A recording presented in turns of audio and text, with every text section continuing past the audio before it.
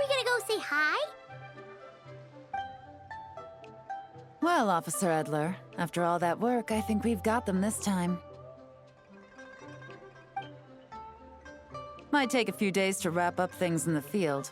In the meantime, I think you've earned yourself a break. Much appreciated, Miss Yelan. This case really took it out of me. 13 strongholds. One thieving weasel after another. We rounded up so many people, you almost start to hope a few were innocent, just to balance it out. I'm just glad we finally took down these crooks. Anyway, I'm gonna drop in on that old classmate of mine in Chaoying Village and reminisce about old times. Don't forget to take some tea and dim sum back to your friends at the Maison Gardiennage.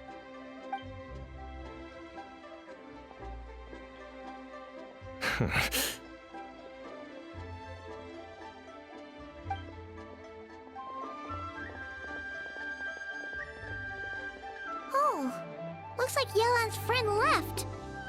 Paimon kinda wanted to meet her. Ah, another pleasant surprise. Traveler, Paimon, take a seat. Excuse me, a pot of your finest Yunlai white tea if you would, and 2 more place settings. Now, judging by that expression, I assume you came over to ask about the 2 spies that were just watching us. Ah! Spies? What spies?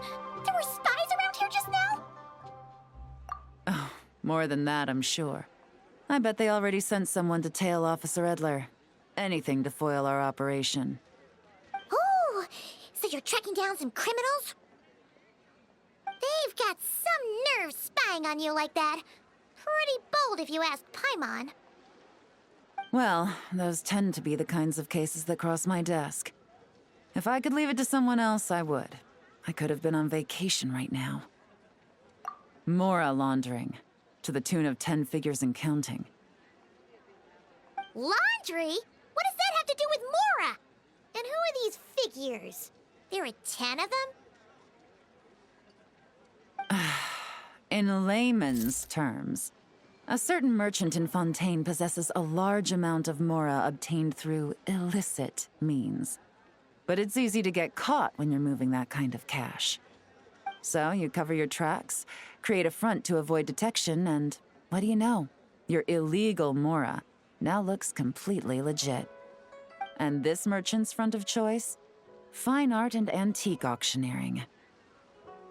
He buys goods from all over Tevat, brings them back to Fontaine, and rebrands them as pieces of fine art, driving up their price in the process. Then, when the items go to auction, he buys them up at their inflated price with his own illicit funds. And through this exchange, the proceeds he receives in return are clean.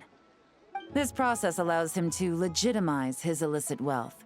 He even launders Mora for other criminals as well, a business which earned him the title the Dark Financier. That's to be expected, I suppose. In Chenyu Vale, you can get your hands on exquisite antiques without breaking the bank. Tea sets, porcelain, jade, statues, all easily marketed as pieces of fine art. Liyue goods being used in illicit underground schemes poses a real threat to our trade standing in the long run. So, instead of getting to enjoy my long-awaited vacation in Fontaine, it's back to work for me. Okay, Paimon thinks she gets it now. It's like moving Mora from one hand to the other. In other words, just disguising where it originally came from. But if you know what this merchant is up to, shouldn't it be pretty easy to catch him? You go to the auction, wait for him to appear, then nab him right as he goes to purchase his expensive piece of Liyue art. Not a bad plan, Paimon. But there are too many loose ends. If you were the mastermind behind this whole scheme, would you really expose yourself as the face of the operation? Oh, yeah. You wouldn't want to be seen doing the dirty work. You'd send someone else instead. Like, if Paimon was the bad guy, she'd send the Traveler. No, wait!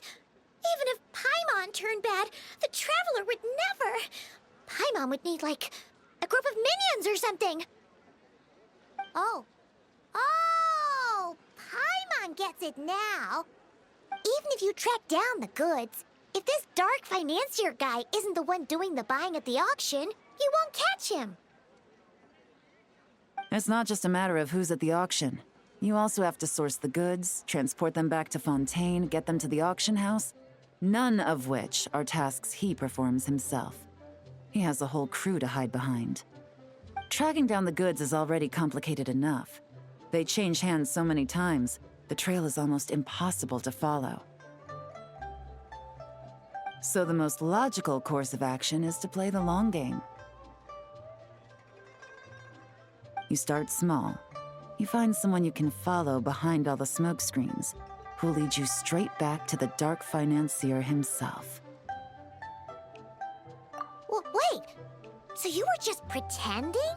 And to think, Paimon thought all that stuff about wrapping up the case and taking a break was actually true. Right you are, Traveler. Working with the Millilith and Officer Edler, we managed to launch attacks on all of the Dark Financier's strongholds, which allowed us to nab most of his crew. Those spies just now were his most important agents, the two people he trusts to have direct contact.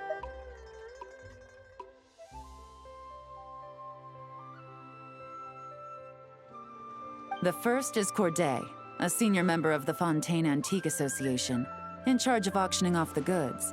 And the other is Dodamani, a ship owner from Sumeru and longtime cargo transporter. They're under pressure to salvage the situation, so we let them slip through the cracks on purpose. The goal is to make them think that, by some stroke of luck, they're in the clear and have room to act. They think keeping tabs on Officer Edler will allow them to operate under her radar and get whatever remains of their goods out of Liyue. But little do they know, while their attention's fixed on her, I'll be secretly gathering the intel that's gonna bring them crashing down. So, interested in coming along for the ride? I'm curious how you take to this line of work. Could be some potential there.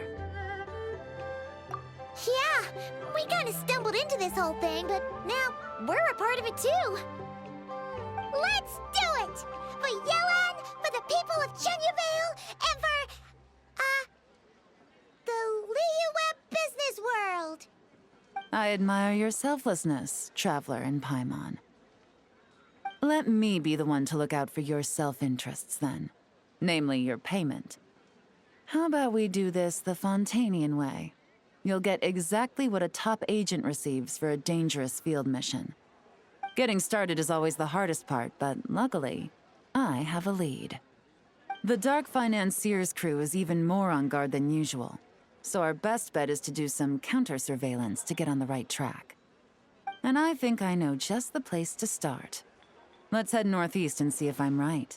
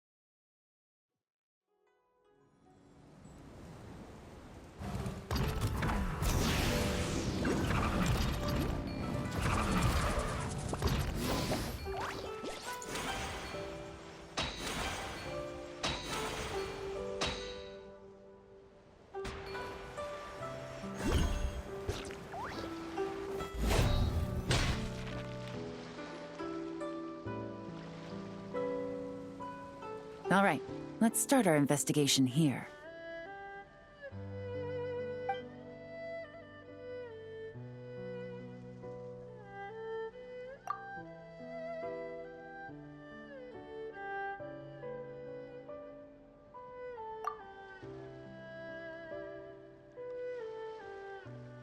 So, we can all agree this is just a normal stretch of wilderness, right? Paimon doesn't see any bad guys to nab around here. Well, it didn't take long for you to understand our role here, Traveler. Thinking like a top agent already. Like I said, we need to start small. If we want to track down the man himself, our best bet is to start with his goods. So right now, finding his stock is our #1 priority. And to do that, locating his hidden stronghold is... Which brings us to why we're here. Pretty good vantage point from up here, don't you think? Huh, guess so. Paimon can see the port of Elong Wharf, the boats in the distance, and some kind of tower. What's that for?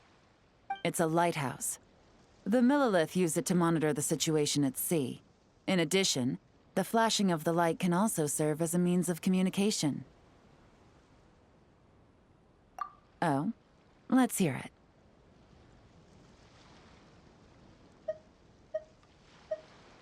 Not too far off at all, Traveler. The Millilith maintain an impeccable level of security in Shenyu Vale. This location offers a perfect vantage point to observe their lighthouse signals and deduce their patterns of behavior, which is a huge help if you need to move goods under the... So we should be able to find traces of the Dark Financier's scouts in this area. Oh, okay. Paimon doesn't quite follow, but she'll take your word for it. It's simple. Just take this forensic imaging device and investigate the surrounding area. As long as we're meticulous, I'm positive we'll find...